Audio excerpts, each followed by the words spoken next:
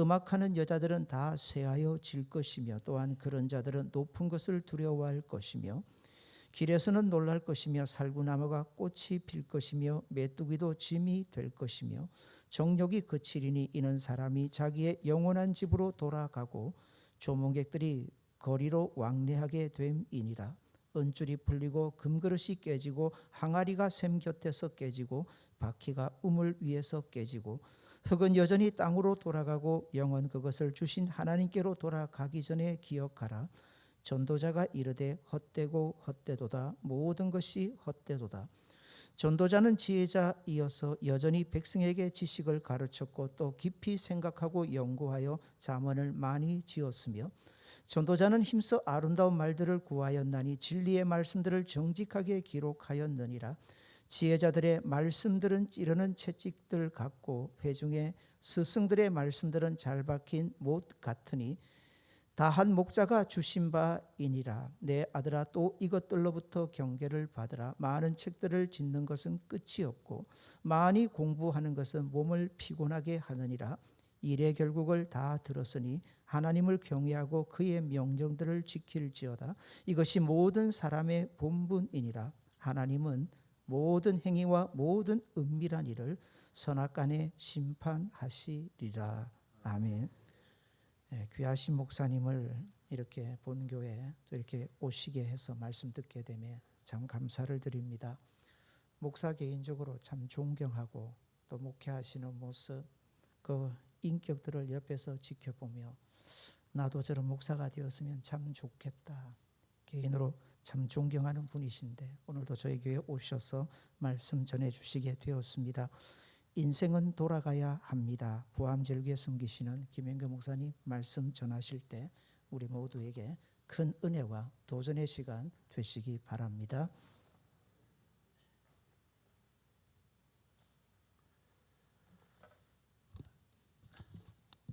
좋으신 우리 주 예수 그리스도의 은혜가 우리 부산 성산교회 모든 교우들과 가정에 새해 함께 하시기를 축복합니다. 조선시대의 상인 한 사람이 중국에 가서 이것저것 물건을 갖다가 조선에 팔고 또 조선 물건은 중국에 팔고 해서 아주 유명한 상인이 되었는데 하루는 그 중국 땅에 가서 보니까 참새가 아주 유명하고 품종이 좋은 참새가 있어서 마침 조선의 왕이 참새를 좋아한다고 알고 있어서 참새 6마리를 구했답니다. 그래서 임금님에게 선물로 바쳐야 되겠다. 그래서 참새 6마리를 사가지고 제 궁궐에 들어가서 임금님을 만나서 임금님, 중국에서 제일 품종이 좋은 훌륭한 참새들, 임금님이 참새를 좋아하신다고 해서 가져왔습니다. 들어가면서 6마리가 조금 그래가지고 한 마리 더 조선 중에서 조선 참새 중에서 좋은 참새 한 마리를 섞어서 6보다는 7이 좋을 것 같아서 7마리를 가지고 갔습니다. 그런데 조선의 그 왕은 참새 전문가라서 척 보자마자 한 마리 요놈은 조선 참새구먼 하고 말씀하시는 거예요. 그러니까 이 상인이 얼마나 무안합니까? 자칫 잘못하면 상커녕은 큰 책망을 들고 당황해하고 어리둥절하고 있는데 그때 조선 참새가 왕에게 이런 말을 했습니다. 폐하 소인은 통역관이 올시다 그랬습니다. 오늘 저와 여러분 설교보다 중요한 것은 통역관입니다. 성령님께서 저의 못난 원고, 못난 설교지만 통역관이신 성령님이 오늘 우리 설교를 통역해 주셔서 저에게도 은혜가 되고 여러분에도 은혜가 될 수 있기를 주님의 이름으로 축복합니다. 한때 국민 가수였던 최희준 씨가 부른 노래가 있습니다. 하숙생이란 노래잖아요. 인생은 나그네 길 어디서 왔다가 어디로 가는가. 구름이 흘러가도 떠돌다 가는 길에 정일랑 두지 말자, 미련일랑 두지 말자. 인생은 나그네 길 구름이 흘러가도 정처 없이 흘러서 간다. 최혜준 씨는 노래에서 인생은 나그네리라 하면서 두 가지 질문을 했습니다. 첫째, 인생은 어디서 왔는가? 둘째, 인생은 어디로 가는가? 한마디로 요약하면 인생은 무엇인가? 사랑하는 부산 성산교회 성도 여러분, 저는 이 시간 여러분에게 진지하게 한 가지 묻습니다. 여러분, 인생은 무엇입니까? 사랑하는 젊은이 여러분, 직장인 여러분, 가정의 아버지 어머니 여러분, 인생은 무엇입니까? 저는 솔로몬 왕에게도 물었습니다. 지혜의 왕이신 솔로몬이여, 인생은 무엇입니까? 솔로몬 왕이 이런 답을 주셨습니다. 인생은 돌아가야 하는 것이다. 한번 따라합시다. 인생은 돌아가야 하는 것이다. 저 뒤에 두 사람이 안 따라서 해서 한번 다시 하겠습니다. 인생은 돌아가야 하는 것이다. 5절 말씀에 답이 있잖아요. 5절에 이렇게 말했습니다. 사람이 자기의 영원한 집으로 돌아가고, 7절에도 그랬습니다. 흙은 여전히 돌아가고 그것을 주신 하나님께 돌아가기 전에 돌아간다, 돌아간다, 돌아간다. 솔로몬에 의하면 인생은 돌아가는 존재입니다. 다른 말로 해볼까요? 시한부 인생이란 뜻입니다.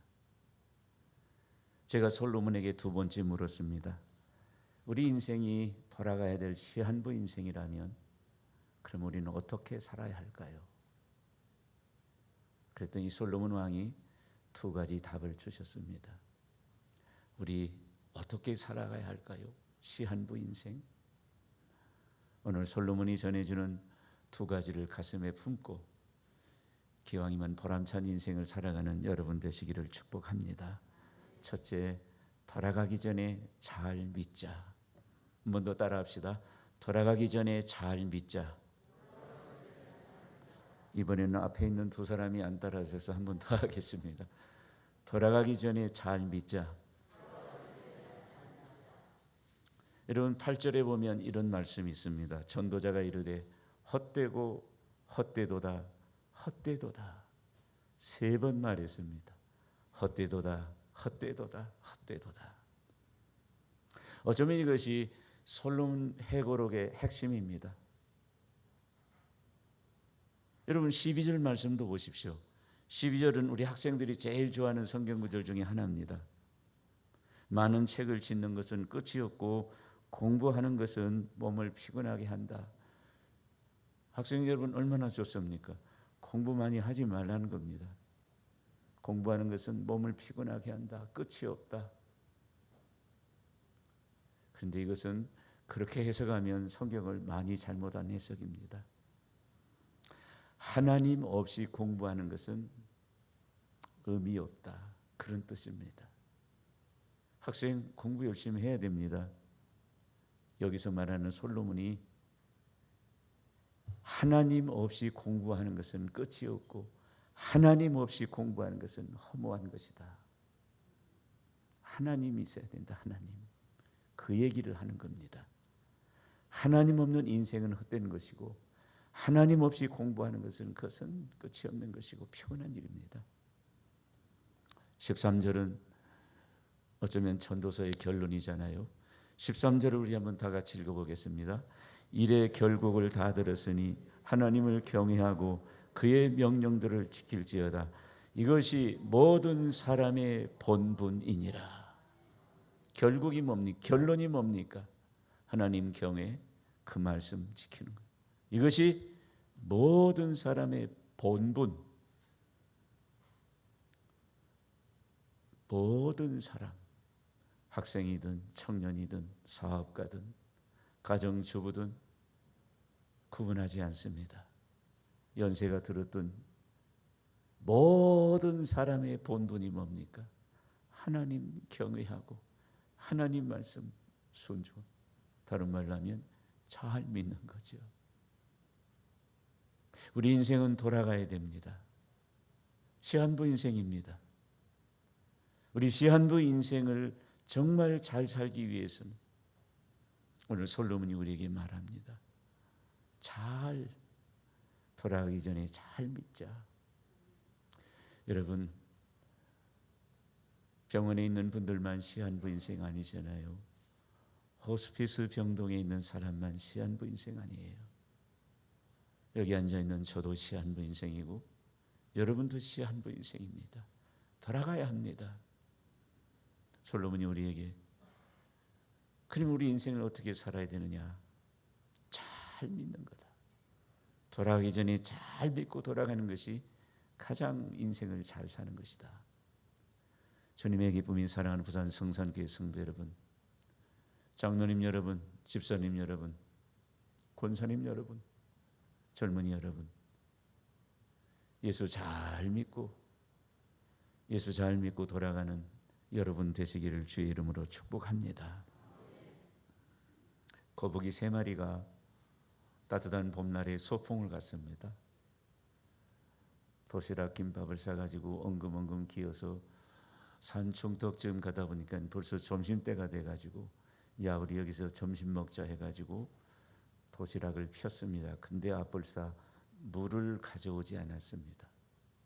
올라온다고 지쳤는데 물까지 없는데 김밥 먹기는 너무 힘들 것 같아서 야 누가 하나 우리 가위바위보에서 지는 사람 요 옆에 개울가에 물 들어가자 그랬습니다. 가위바위보에서 진 거북이 한 마리가 물 들어갔습니다. 가면서 하는 말이 너희들 내 오기 전에 김밥 먹으면 안 된다. 반찬 먹으면 안 된다. 알았어 빨리 갔다 와. 굳게 약속하고 갔습니다. 그런데 간지 30분이 지나도 안 오는 거예요. 10분이면 갔다 올 거리인데 30분이 지나도 안 되고 1시간이 지나도 안 되고 1시간 반이 되는데도 안 오는 거예요. 그게 두 남아있는 거북이가 김밥을 먹을까 너무 배가 고파서 할 수 없이 우리 먹자 하고 먹으려고 피는 순간에 물 들어갔던 거북이가 바위 뒤에 고기를 썩 내밀더니 너네들 그런 식으로 하면 나 물 들어 안 간다. 우리가 사는 세상이 그렇습니다. 친구도 못 믿습니다. 가족도 못 믿습니다. 우리가 사는 세상에 믿음이 도대체 어디 있습니까? 그러나 우리는 이 지상에 사는 동안에 하나님은 믿을 수 있습니다. 예수님은 믿을 수 있습니다. 하나님은 참 신실한 분이고 믿을 수 있는 분이에요. 혹 우리가 친구는 믿을 수 없을 수 있어요. 혹 우리가 회사 동료는 믿을 수 없을 수 있어요. 그러나 하나님은 굳게 믿고 하나님 잘 믿는 여러분 되시기를 축복합니다. 기생라합 어느 날 두 낯선 사람 왔어요. 첩자입니다. 정탐꾼입니다. 왕이 군사를 보내서 첩자 너희 집 온 거 알고 있어. 빨리빨리 얘기해. 기생라합이 예, 온 건 맞는데요. 이내 떠나갔어요. 없어요. 지붕 위에 숨겨놓고 그렇게 말했습니다. 여러분 그 기생라합 입장에서 잘 생각해 보세요. 간첩이 온 거예요. 근데 간첩을 숨겨줬다가 잘못하면 어떻게 될까요? 그것도 왕이 직접 사람을 보냈습니다. 만약에 거짓말한 것이 들키고 간첩을 숨겼다는 것이 드러나면 라합 자신 죽고 그 다음에 가족들 죽고 다 죽을 겁니다. 왕을 속였잖아요. 그런데 반대로 생각해 보세요. 간첩이 왔어요. 그 간첩을 신고하면 어떻게 될까요? 옛날에 우리 6.25 그 이후에 우리 멸공, 방공 한참 때려잡자 간첩할 때 간첩 신고하면 포상금이 얼마였습니까? 간첩을 신고하면 아마 기생라합 팔자 고칠 수 있어요. 포상금 받지요. 잘했다고 훈장 받지요. 기생라합 집도 없어가지고 성벽 위에 살고 있었는데 아파트도 사고요, 훈장도 받고요, 신문에도 나고 텔레비도 나고 유명 인사가 될 수 있어요. 세상 말로 팔자 고칠 수 있습니다. 반대로 숨겨지고 감춰졌는데 발각나면 가족까지 다 죽는 거예요. 그런데 기생 라합이 숨겨졌어요. 신고 안 했습니다. 그 이유가 뭔지 아세요? 그것이 여호수아 2장 11절에 기생 라합이 이렇게 고백하고 있습니다. 너희의 하나님 나 여호와는, 너희 하나님 여호와는 위로는 하늘에서도 아래로는 땅에서도 하나님이시다. 옛날 성경에 상천하지 하나님, 하늘도 주관하시고 땅도 주관하시는 주권자 하나님이시기에 내가 믿기 때문에 내가 너희를 숨겼고 신고하지 않았다. 자, 몸 팔아 먹고 살아야 했던 가장 밑바닥 인생, 기생 라합. 그 기생 라합에게 있어서 인생이란 무엇입니까? 잘 사는 겁니까? 훈장 받는 겁니까? 인기를 얻는 것입니까? 명예를 얻는 것입니까? 그러면 신고해야지요. 신고해야지요. 그렇지 않아도 어두운 세상에 어찌어찌 잘못해서 몸 팔아먹고 사는 기생이 됐는데 최고의 돈 벌 수 있는 절호의 찬스 아니에요? 훈장 받을 수 있는 찬스 아니에요? 기생 라합에게 있어서 인생이란 무엇인가? 잘 사는 게 아니었어요. 출세하는 게 아니었어요. 훈장 받고 사람들의 박수 받는 거 아니었어요. 잘 믿는 거였습니다. 나는 여러분에게 묻습니다. 우리 돌아가야 될 시한부 인생을 사는 데 있어서 여러분에게 있어서 인생은 무엇입니까? 잘 사는 것이에요? 출세하는 것이에요? 좋습니다. 자녀를 잘 키워서 훌륭하게 만드는 것이에요? 사업을 성공하는 거예요? 좋습니다. 그러나 그것보다 더 중요한 우리 인생의 목적은 잘 믿는 겁니다. 잘 믿지 않으면 그 모든 것이 헛것입니다. 여러분, 잘 믿다 가시기를 예수의 이름으로 축복합니다. 낮은 대로 임하소서라는 책도 있고 영화도 있습니다. 이청준 소설가가 쓴 낮은 대로 임하소서, 안요한 목사님의 이 얘기입니다. 우리가 잘 아는 안요한 목사님, 안진삼 목사님의 아들로 태어나서 아버지 목사님이 맨날 개척이나 하고 가난하게 살고 싫었습니다. 목사 아들이지만 싫었습니다. 그래서 하나님 없는 세상에서 잘 먹고 잘 살고 싶었고 하나님 안 믿어도 얼마나 잘 사는지를 보여주고 싶었습니다. 아버지 목회하는데 얼마나 애를 먹이고 아버지 목사 설교하고 나오면 그는 술 먹고 다시 예배당에 가면서 그렇게 써붙이고 외쳤습니다. 하나님은 안이 계시느니라. 안 요한복음 1장 1절 그랬습니다. 그렇게 애를 먹였습니다. 뭐 좋은 대학 갔습니다. 결혼도 했습니다. 그런데 어느 날 갑자기 눈이 보이지 않기 시작하잖아요.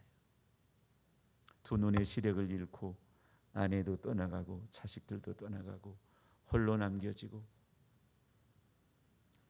인생의 맨 밑바닥에서 찾아오신 하나님을 그때 만났어요.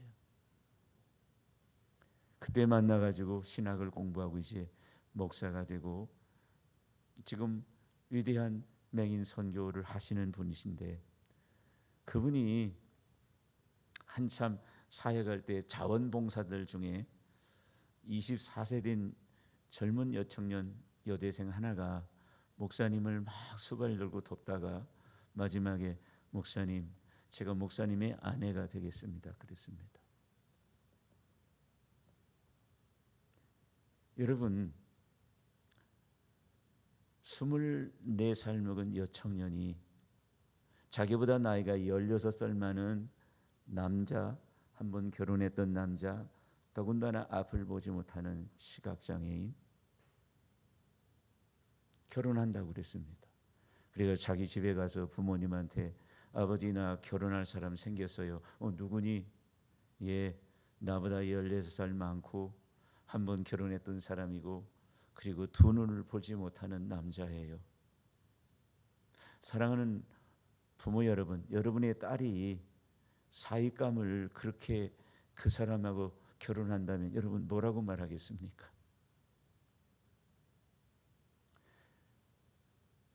이 사모님의 부모님도 마찬가지였습니다.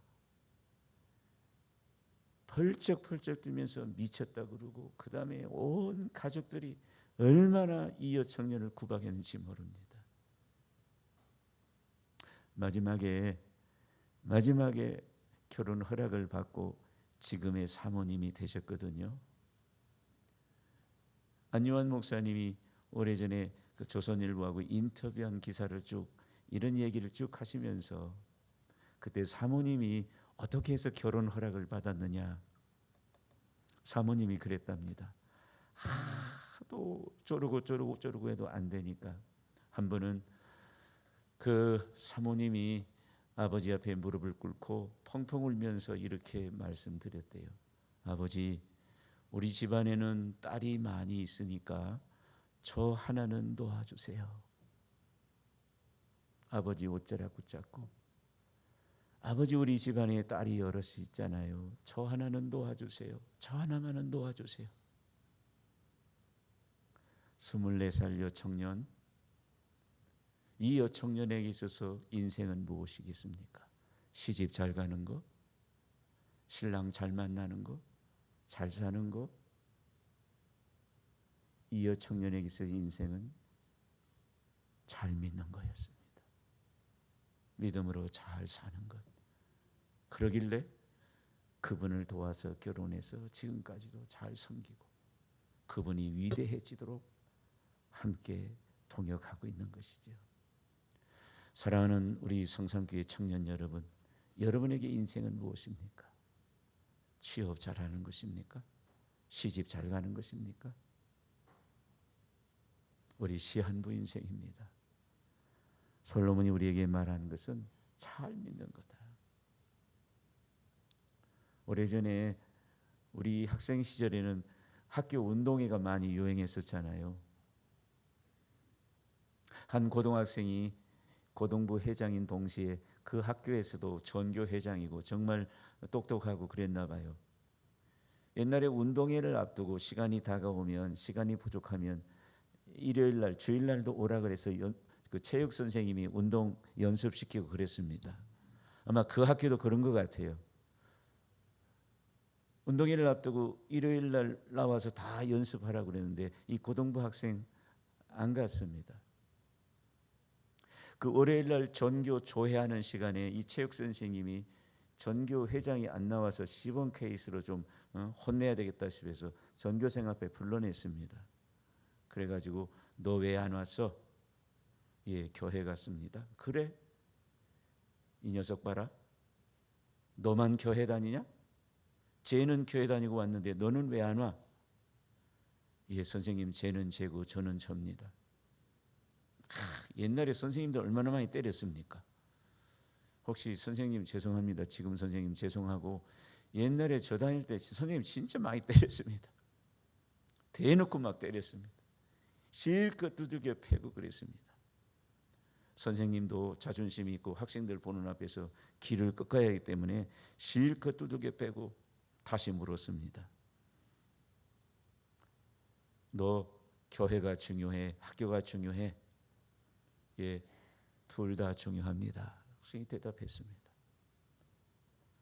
둘 중에 하나를 선택한다면 어디 선택하겠어? 예, 둘 다 선택하겠습니다.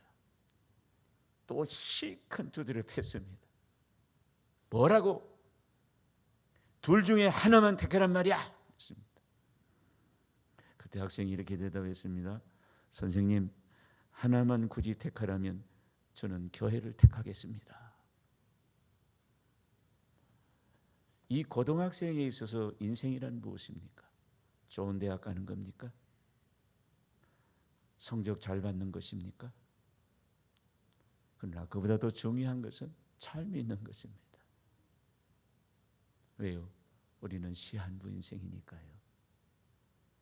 잘 믿는 여러분 되시기를 축복합니다. 집사가 뭡니까? 장로 권사가 뭡니까? 교회 직분이 뭡니까? 잘 믿으라고 준 거 아니에요. 잘 믿으세요. 일제 강점기 시절에 독립운동하셨던 월남 이상재 선생께서 며느리가 재봉틀 하나로 끼니를 이어가고 있는 시절에 며느리가 재봉틀을 도둑 맞았다고 땅을 치면서 대성 통곡하는 장면을 보았습니다. 재봉틀 하나로 끼니를 이어가는 그 어려운 시절에 재봉틀을 도둑 맞았으니 며느리가 얼마나 속상하고 가슴을 치고 땅을 치면서 통곡하고 있었습니다. 그때 이상재 선생이 며느리에게 이렇게 호통쳤다고 그럽니다. 얘야, 너는 나라를 잃어버렸어도 울지 않던 내가 재봉틀 잃어버렸다고 그렇게 가슴을 치며 통곡하느냐. 그리고 호통을 쳤답니다. 저에게는 그 호통 소리가 이렇게 들려옵니다. 성산교회 성도들이요, 그대들이 요즘 무엇 때문에 울고 있나? 혹시 여러분 중에 요즘 우시는 분들이 계십니까? 눈물 나는 분들이 계십니까? 무엇 때문에 우십니까? 남한테 조금 안 좋은 소리를 들으셨습니까? 뭔가 조금 손해 보셨습니까? 뭔가 조금 오해를 당하고 뭔가 조금 손해를 당했습니까? 남이 조금 안 좋은 존재에게 그냥 서럽고 해서 눈물이 나십니까?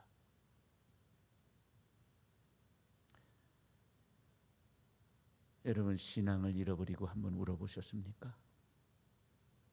여러분 새벽 기도를 잃어버리고 한번 울어보셨습니까? 수요 예배를 잃어버리고 한번 울어보셨습니까? 코로나 시절에 많은 분들이 신앙을 잃어버렸습니다. 수요 예배가 있는지 없는지 잘 모릅니다. 주일 오후 예배가 있는지 없는지 이제 잊어버리고 하고 있습니다. 남한테 조금 서러운 소리 들어서 그것이 못 내 마음에 걸려서 우는 사람들이 신앙을 잃어보고 한번 울어본 적이 있느냐? 저에게는 그렇게 들려옵니다. 여러분 자신의 신앙이 약해지는 것을 보고서 한번 울어본 적 있으십니까? 잘 믿는 여러분 되시기를 바랍니다. 한경직 목사님이 대한민국의 어른이시잖아요. 영락교회에 목회하시고 은퇴하신 다음에 남한선성 작은 거처에 계시고 있었습니다. 명절 때만 되면 한국의 기라상 같은 목사님들이 한경직 목사님에게 명절 인사차 자주 가셨답니다. 인사를 드리고 나서 한 번은 인사간 한국 기라성 같은 목사님들이 한경직 목사님에게 선배님, 저희 후배들에게 한국교회를 위해서 한마디 말씀만 해주십시오. 한 말씀 어떻게 해주십시오. 간청에 못 이겨서 한경직 목사님이 한국의 수만 명, 수십만 명 모이는 기라성 같은 그 한국교회 목사님들 앞에서 이렇게 말씀하셨다고 그래요. 한국교회 이렇고 저쩌고 너희들 이런 비전, 이런 꿈, 이런 거 하실 말씀이 얼마나 많았겠어요. 그런데 다 한 말씀도 안 하시고 딱 이 한마디 하셨다고 그랬어요. 목사님들 예수 잘 믿으세요. 따라합시다. 집사님들 예수 잘 믿으세요. 은혜가 너무 많이 끼치면 말이 안 나오는 수가 있습니다. 울컥해서 말이 안 나와요. 다시 한번 따라합시다. 집사님 예수 잘 믿으세요. 저에게는 그렇게 들립니다. 목사님들 보고 하시는 말씀이 예수 잘 믿으세요 그러셨대요. 예수 잘 믿는 것 안에 목회가 다 들어있다는 거예요. 예수 잘 믿는 것 안에 집사님들 사업이 다 들어있고, 예수 잘 믿는 것 그 안에 교회 봉사가 다 들어있고, 예수 잘 믿는 그 안에 여러분 자녀 양육이 거기 다 들어있고, 여러분 직장과 앞날과 미래가 다 있어요. 오늘 재직 수련회를 하고 있습니다. 이렇게 섬기고 저렇게 섬기고, 헌금은 어떻게, 봉사는 어떻게. 제일 중요한 것은 예수 잘 믿으세요. 잘 믿으세요. 잘 믿으면 돼요. 여러분 정말 예수 잘 믿는 여러분 되시기를 축복합니다. 로마서 1장 17절 말씀에 복음에는 하나님의 의가 나타나서 믿음으로 말미암아 믿음에 이르게 하나니 기록된 바 오직 의인은 믿음으로 말미암아 살리라. 오늘 솔로몬이 인생이 무엇입니까? 어떻게 살아야 됩니까? 인생은 시한부 인생 돌아가야 돼. 그러니 잘 믿다 돌아가라. 다시 한번 잘 믿다 돌아가는 우리 모두가 되시기를 축복합니다. 두 번째, 인생이 무엇입니까? 어떻게 살아야 됩니까? 두 번째, 돌아가기 전에 잘 쓰자. 따라합시다. 돌아가기 전에 잘 쓰자. 이번에는 옆에 있는 두 사람이 얘기를 안 해서 다시 한번 합시다. 돌아가기 전에 잘 쓰자. 잘 믿자, 잘 쓰자, 그리고 돌아가자. 여러분 1절 말씀 보십시오. 1절에 이렇게 시작하잖아요. 너는 청년의 때 창조주를 기억하라. 중요한 것은 청년의 때. 청년의 때는 전성기를 말하는 거예요. 전성기. 사업의 전성기, 인생의 전성기, 경제적인 전성기, 건강의 전성기. 사람마다 전성기 있어요. 청년의 때, 전성기 때, 전성기는 힘이 있는 거예요. 힘이 있을 때, 전성기 때 여호와를 하나님을 기억하라. 왜 그럴까요? 그 뒤에 쭉 설명을 해놨어요. 요약하면 세월이 뺏어간다. 여러분 3절 말씀 보십시오. 집을 지키는 자들이 떤다. 여기 집을 지킨다는 것은 무슨 뜻입니까? 손발이 떨리는 거예요. 여러분 우리가 아무리 건강관리 잘해도요, 조금 차이는 있겠지만은 나이 들면 손발이 떨립니다.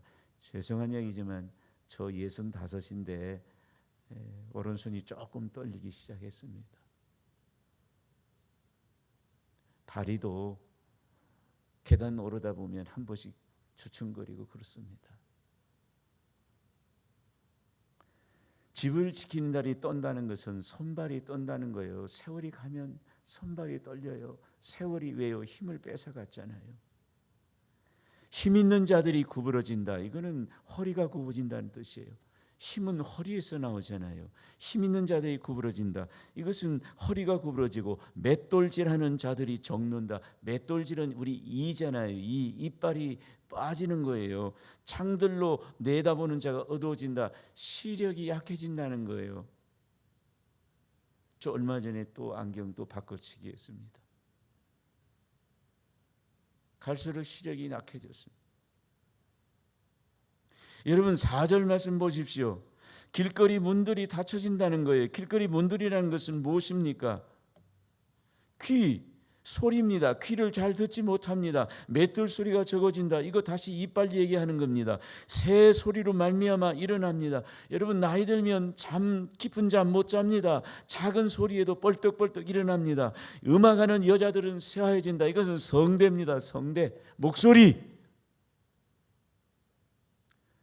아무리 우리가 보호하고 아끼고 그래도 세월이 지나면 허리의 힘도 팔다리 힘도 목소리도 청력도 기억력도 어떤 뭐든 가지고 있는 힘들이 다 자연스럽게 세월이 가져가는 겁니다. 세월이 뺏어갑니다. 5절 말씀에 보면 세월이 지나면 노인들은 높은 곳을 두려워합니다. 길에서는 놀랍니다. 살구나무가 꽃이 핀다는 것은 머리가 휘어진다는 것이고 메뚜기도 짐이 된다. 나이 들면 죄송한 얘기지만 우리 교인들 보니까 성경책 들고 교회 오는 것도 힘들어 하세요. 성경책 드는 것도 짐이 돼서 들고 오는 것조차도 힘들어하세요. 6절에 보면 은줄이 풀리고 금그릇이 깨지고, 거기 6절 말씀 보세요. 풀리고 깨지고 깨지고, 그 다음에 어떻게 됩니까? 돌아간다고 그러잖아요. 왜 청년의 때, 힘이 있을 때, 전성기 때 창조주를 기억해야 됩니까? 세월이 다 가져가요. 그러니까 역으로 말하면 세월이 가져가기 전에 적극적으로 잘 쓰고 가라, 그 말이에요. 목소리 쩌렁쩌렁 힘이 있을 때 찬송 좀 크게 부르세요. 안타까워요. 노래방에서는 그렇게 큰 소리에 찬송 부를 때 찬송 부르다가 목이 쉬어본 적 있으세요? 나중에는 부르고 싶어도 이게 안 나와요.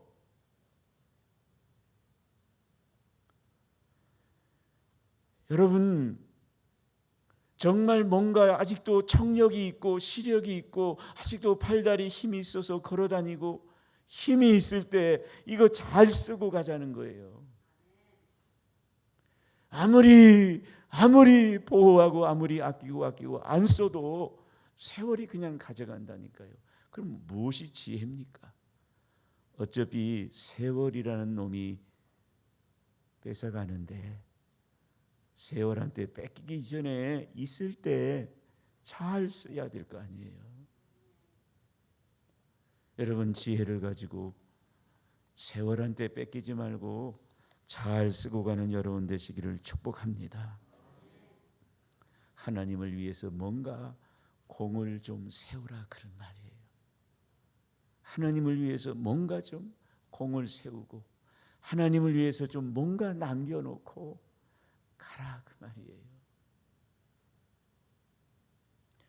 얼마 전에 우리 권사님 중에 한 분이 세상을 암으로 떠나셨는데, 나는 이 코로나 시국에 그 장례식에 그렇게 많은 사람들이 우리 교인이 오는 곳은 이렇게 못 봤습니다. 물론 코로나 이전에는 그런 일이 있었어요. 그런데 이 권사님이 이 코로나 판국에 4명 모이지 말라는 그 판국에 우리 교인들이 막 60명, 70명이 모였습니다. 코로나 판국에.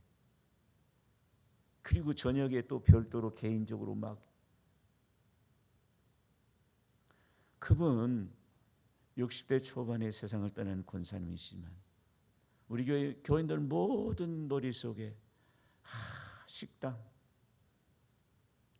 그 식당 일을 그렇게 도맡아 하셨거든요. 주일날 식당만 도맡은 게 아니고 중등부 수련회, 고등부 수련회, 청년회 수련회 다 다르지만 다 그 날짜마다 수련회 장소 찾아가서 뜨거운 여름철에 밥 해드리고, 학생들 다 기억하고 청년들 다 기억, 온 교인이 기억하는 거예요.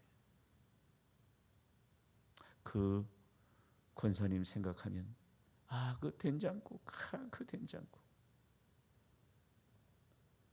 뭔가 좀 여러분, 우리가 어차피 시한부 인생 돌아가야 되는데 있을 때 좀 쓰고 잘 쓰고 가야죠. 잘 쓰고 가야죠. 태국에 가면 코끼리 쇼가 유명한데요. 저도 한번 가봤는데 한국의 목사님들 이렇게 그룹이 태국에 가서 코끼리 쇼를 구경한대요. 태국의 그 코끼리 쇼 보면 운동장 같은 곳에 중간에 서서 이제 코끼리 쇼를 하고 링 둘러서서 이제 관중들이 보는데, 조련사가 와서 산더미 같은 코끼리 한 마리 중앙에 해놓고 온갖 재주를 다 부리는 거예요. 앉아 일어서 뒤로 돌아 앞발 뒷발 고개 온 재주를 부리면 박수 막 치는데 갑자기 조련사가 도리도리 하라고 시켰는데 도리도리를 안 하는 거예요. 그 조련사가 당황한 나머지 좀 그 당황을 감추기 위해서 여러 번 중에 누가 이 코끼리 도리도리 시킬 수 있는 사람 나오면 아주 후한상을 주겠습니다. 누가 그 코끼리 도리도리 시키겠습니까? 조련사 말도 안 듣는데. 그런데 한국에서 간 목사님 그룹 중에 연세가 지긋한 노인 목사님이 한 분 계셨는데 저기가 나가는 거예요. 그러니까 이거 목사님 어디 가시냐고. 나라 내 간다. 가가지고 목사님이 그 앞에 가더만은 코끼리 보고서 코끼리 귀를 살짝 잡더니 귀에다 대고 서건서건 두 마디 했는데 코끼리가 막 죽는다고 도리도리를 하는 거예요. 그러니까 막 박수가 우레처럼 딱 터지고 막 목사님이 돌아왔어요. 동료들이 물었죠. 아니 목사님 도대체 코끼리 귀에다 뭐라고 했느니까. 나 별말 안 했어. 한마디밖에. 무슨 말 했으면 나 이거 이렇게 말했지. 너 나하고 개척교회 할래? 안 한다고 안 한다고 막 죽는 거예요. 유머는 그 시대 정신을 담고 있어요. 교회 유머는 교회 시대 정신을 담고 있어요. 이 유머가 주는 교훈이 오늘 우리들 얘기입니다. 오늘날 교인들이 봉사하기 싫어한다는 거죠. 오늘날 교인들이 개척교회 싫어한다는 거죠. 섬기고 봉사하고 설거지하고 청소하고 교인들이 싫어한다는 거죠. 그래서 현대 교회는 도리도리형 교인들만 남아 있어. 목사님이 뭐라고 좀 집사님 이거 좀 봉사하시면, 우리 교회도 보면 구역장 모임 하는 게 제일, 구역장 선정하는 게 제일 힘들어. 집사님 구역장 좀 하시면 아이고 목사님 다 도리도리형만 있어요. 너 나하고 개척교회 할래? 성산교회는 어떤지요? 성산교회는 이 유머를 넘어설 수 있는 저력이 있으십니까? 시대에 부응하지 않고 주님의 말씀을 따라 예수님을 모습을 그대로 지켜갈 수 있는 여러분이십니까? 김동호 목사님이 교사 바이블이라는 책을 오래전에 쓰셨는데 거기 보면 한 장군 얘기를 하고 있습니다. 이 사령관 장군은 군인교회 집사님인데 자기 교회 군인교회, 자기 그 사령부의 군인교회 목사님이 새로 부임했는데 젊은 목사님이 오셨는데 참 열심이고 너무 보기 드문 참 정말 열심히 있는 목사님이라. 그래서 사령관이 하루는 군목실에 찾아가서 이거 목사님, 이거 사령관님이 웬일이십니까? 여러분 별이 2개 하고 이거 밥띠기 2개, 3개 하고는 하늘과 땅 차이입니다. 여성들은 군대 안 가봐서 잘 모를 겁니다. 별 2개 하고요, 요 중위, 대위, 진짜 이게 하늘과 땅 차이입니다. 그 장군이 찾아와서 아이고 목사님, 대단한 장군이죠. 그 신임 군목이 그랬답니다. 아이고 사령관님, 오늘 뭐 도울 일이 있는가 싶어서 아이고 잘 오셨습니다. 도울 일이 있습니다. 이 신임 군목이 뭐라고 하냐면 사령관 별 2개 보고 장군님 다음 주일에 교회 오실 때는 별을 다 달고 오세요. 여기도 달고 모자도 정복에 별 달고 훈장도 다 달고 오시라고. 이 목사님 왜 그러시냐고. 하여튼 그렇게 하시고 30분 일찍 오셔서 주부를 나눠주라고 그러세요. 이건 군사회 속에서는 있을 수 없는 얘기. 근데 이 목사님도 대단하고 장군도 대단했나 봐요. 목사님 내가 그렇게 하죠. 그래서 그 다음 주일에 이 사령관이 보통 교회 올 때는 사복 입고 오시는데 정복을 딱 입고 별 다 달고 훈장 다 달고 막 딱 와가지고 30분 전에 와서 주부 나눠주네. 근데 그 교회는 1등병도 있고 2등병도 있고 손에 때 묻은 친구들도 있고 막 오는데 사령관이 오다 보니까 사령관이 막 주부를 나눠주고 앞에 서 있는데 사령관이 보이니까, 여러분 부대는요 사령관 보이면 다 도망갑니다. 왜? 잘못 걸리면 죽을까 봐서. 장교나 사병이나 사령관 나타나 다 도망갑니다. 교회 보니까 사령관이 막 정복 입고 서 있으니까 도망가려는 거. 얘들아 이러하라 불러가지고 잘 왔다 어깨에 두드려주고 악수해주고 포옹해주고. 사령관이 그 다음 주일에 돌아와서는 야단 났어. 왜? 이 병사들이 돌아가가지고 야, 이 손 만지지 마라. 이 손 사령관하고 악수한 손이니까 만지지 마라. 내 일주일 동안 세수 안 할 거다. 그리고 사령관이 말이야 그렇게 우리를 부드럽게 해주더라. 그래가지고 그 다음 주일에는 막 그 교회에 막 병사들이 엄청 모였다는 거 아니에요. 그래가지고 교회가 부흥이 일어나고 그 다음에 교회 부흥이 일어나니까 그 교회에 그 신자들이 많아지고 하니까 부대에 사고가 적어지고 그랬다는 거 아니에요. 사랑하는 우리 성산교회 교회 여러분, 여러분의 별은 무엇입니까? 여러분이 남다르게 가지고 있다는 것은 하나님이 여러분에게 주신 별이에요. 남다른 지위, 남다른 기술, 남다른 달란트, 남다른 재물, 남다른 건강, 뭔가 남다른 것을 내가 가지고 있다면 하나님이 내게 주신 별이에요. 솔로몬이 오늘 우리에게 전합니다. 그 별을 주님을 위해 잘 쓰고 가는 여러분 되시기를 축복합니다. 우리 어차피 별 떨어질 날이 있습니다. 시한부 인생입니다. 그렇다면 별 달고 있는 동안에 이 별을 주를 위해 잘 쓰는 지혜로운 우리들이 되기를 축복합니다. 어느 침례교회 주일학교에서 있었던 얘기래요. 재정 담당한 교사가 헌금을 쭉 이렇게 관리하다가 봉투 하나를 봤는데 감사헌금 봉투인데 감사헌금 봉투에 뭐 1학년 되는지 2학년 되는지 뭐 연필로다가 삐뚤삐뚤하게 감사헌금 봉투에다가 이렇게 적혀 있더랍니다. 하나님 용돈을 조금 넣었어요. 천사들이랑 맛있는 거 사 먹으세요. 여러분은 주일날 헌금할 때 돈을 넣어봅니까? 사랑을 넣어봅니까? 하나님 용돈을 넣었어요. 천사들이랑 맛있는 거 사 먹으세요. 이 아이는 그 봉투 안에 사랑을 넣은 거예요. 돈을 넣은 거예요. 여러분의 헌금 봉투는 주일마다 뭘 넣어서 넣어봅니까? 눈치 코치를 적어 넣어봅니까? 뭘 넣어서 오십니까? 여러분 주님 앞에 헌금 봉투를 준비해 올 때마다 뭐 때문에 그렇게 갈등이 많으십니까? 우리 절기 헌금 드릴 때마다 뭐 때문에 그렇게 갈등이 많으시고 심지어는 부부 사이에 싸움도 일어납니까? 헌금은 그렇게 해야 되는 것입니까?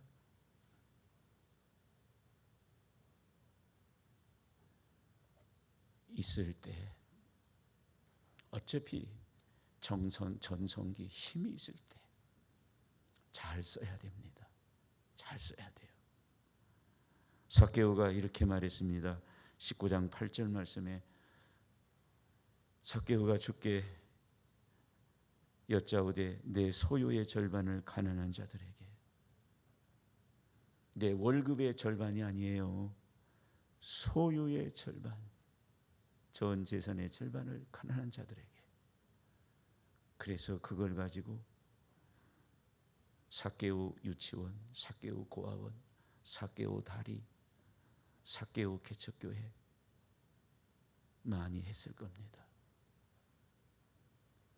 잘 쓰고 갑시다. 어차피 우리 시한부 인생입니다. 잘 쓰고 갑시다. 여러분 한국 교회사를 한번 들여다보시면 백선행 집사, 인터넷 검색하셔도 돼요. 백선행 집사 이렇게 검색하시면 그분이 한국교회 최초로 사회장을 치르신 분이에요. 1933년 장례식에 10만 명이, 평양거리에 10만 명이 운집했습니다. 1933년도에 16살 때 시집 갔는데 남편이 죽고 16살에 과부가 됐습니다. 자손도 없습니다. 옛날 과부가 혼자 어떻게 삽니까? 겨우 삭바느질해서 돈 좀 모아가지고 자기 소원, 남편 양지 바른 곳에 묻어야 되는데, 그래서 200냥 모아가지고, 정말 안 한 일 없이 200냥 모아가지고 자기는 여성이라 잘 모르니까 아는 남자 먼 친척한테 양지바른 산 하나 사주면 내가 남편을 거기 묻겠다. 그런데 이 사람이 그 200냥 딱가모시 뭐 해가지고 그냥 바위산 헐값에 그냥 조금 주고 사서 주고 도망가 버렸습니다. 속았죠. 세월이 조금 흐른 후에 일본 사람들이 대동강 다리를 놓아야 되는데 일본에서 자재를 가져올 수는 없지 않습니까? 그래서 대동강 다리를 놓는데 여기 골재, 시멘트 이런 것들을 거기서 생산해서 이렇게 엄청난 골재가 필요한데 찾다 조사해 보니까 만달산이 적격이라. 그래서 만달산 주인한테 가서 알고 보니까 이 백선행 집사할 거라. 그래서 팔으라 그랬다니. 200냥 주고 샀으니까 500냥 주니까 팔아라. 안 판다고. 1000냥 줄 테니까 팔아라. 안 판다고. 5000냥 줄 테니까 팔아라. 안 판다고. 그러니까 일본 어느 사장하고 이 사람들이 이야 저 여자 과부죠 별거 아닌가 대단하다 싶어가지고 뒷조사를 해보니까 아이고 교회 다니는 집사라. 옳지. 옛날에는요 집사들은 목사 말 잘 들었어요. 그래서 그 일본 사장이 목사한테 찾아가서 얘기하면은 목사 말 듣고 팔 거다. 잘 들으세요. 옛날에는 집사들이 목사 말을 잘 들었어요. 그리고 목사님 찾아가서 얘기하니까 목사님이 아이 그래요. 그럼 내가 가서 얘기하죠. 아니 집사님 그 어떤 사람들이 와서 그 5,000냥 뭐 이게 팔라고 안 합니까? 아니 5,000냥 10,000냥이면 얼마나 남는 건데 왜 안 파냐 그랬더니 집사님 뭐라는 줄 압니까? 목사님 생각해 보세요. 내가 200냥 주고 사고도 손해 봤는데 내가 뭐 5,000냥 주고 팔면 그 사람 얼마나 손해 보겠어요? 난 남에게 손해 보는 일 못 합니다. 그랬다는 거예요. 그 목사님이 아이 그게 아니고 이 사람들 지금 다리를 올라고 하는데 이 사람들도 엄청난 이익이다. 그래가지고 2만 냥에 팔았다는 거 아니에요. 2만 냥이 요즘 312억. 312억입니다. 그거 가지고 뭐 한 줄 아세요? 그때 학교 4개인가 5개 세웠습니다. 다리 뭐 사회사업 엄청나게 하셨습니다. 그래서 북한에 살았어도 지금도 북한에 백선행 동상 기념비가 있습니다. 인터넷 찾아보세요. 주님의 기쁨인 사랑하는 우리 성산교회 교우 여러분, 잘 쓰다 갑시다. 저에게는 돈 얘기하는 게 아니에요. 여러분의 지식, 여러분의 건강, 여러분 피아노 치는 기술, 여러분 그림 그리는 기술, 여러분 남달리 여러분이 잘하는 것들 잘 쓰다 갑시다. 혹시 우리에게 준 물질도 있다면 있을 때 잘 쓰다 갑시다. 그것이 인생을 가장 잘 사는 것입니다. 사랑하는 교회 여러분, 괜찮으시면 잠시 눈을 감으시고 머리를 숙이시고 오늘 말씀을 묵상하고 마치겠습니다. 서두의 최희준 씨는 하숙생 노래에서 2가지를 물었습니다. 인생은 어디서 왔는가? 인생은 어디로 가는가? 한마디로 인생은 무엇인가? 사랑하는 교우 여러분, 청소년 여러분, 조용히 여러분에게 묻습니다. 여러분에게 인생은 무엇입니까?